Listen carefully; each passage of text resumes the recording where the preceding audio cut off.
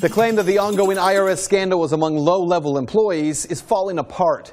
The 6 Cincinnati workers we have identified who sent scrutinizing letters to conservative groups with words like Patriot, Liberty, Tea Party, or 912 in their names are Mitchell Steele, Carly Young, Joseph Herr, Stephen Siak, Liz Hoffaker, and a woman identified only as Ms. Richards. But was all of this done at the hands of a small group of Cincinnati employees working together? During Friday's congressional hearing, that appeared to be the theme. This small group of people in the Cincinnati office screwed up. Nobody's going to deny that. Well, that explanation just became less likely. Thanks to 2 sources connected to the IRS, we now understand the chain of command for these workers. Mitchell Steele, Carly Young, Joseph Herr, and Liz Hoffaker each are IRS agents. Stephen Siak is a supervisor IRS agent. But according to the IRS Employee Directory, which Fox 19 has obtained exclusively, each of these agents has a different manager, and then above them, a different territory manager. Now that is important because while it may sound reasonable to the average person that these workers began targeting groups on their own, the IRS structure is designed to prevent that. Here's how it works. When an application for tax-exempt status comes into the IRS, agents have 270 days to work through that application. If the application is not processed within those 270 days, it automatically triggers flags in the system.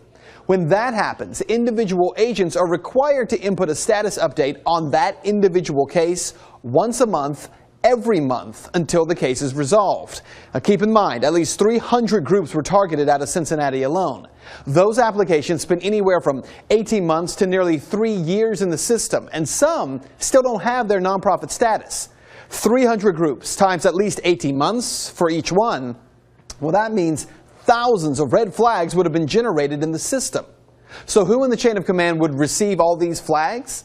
The answer, again, according to the IRS directory, one woman in Cincinnati, Cindy Thomas, the program manager of the tax-exempt division. Because all 6 of our workers have different individual and territory managers, Cindy Thomas is the one manager they all have in common. And it turns out Cindy Thomas's name is one we've heard before. The independent journalism group ProPublica says in November of 2012, they had requested information on conservative groups that receive nonprofit status. But along with that information, the IRS released private information on 9 conservative groups that had not yet been approved and personal information that had not been redacted. Wyoming posted on Facebook that he'd like to know why the IRS shared information from Tea Party groups with the liberal media group ProPublica. Does anybody have an answer to that? There were in the media discussions of the release of some data to ProPublica.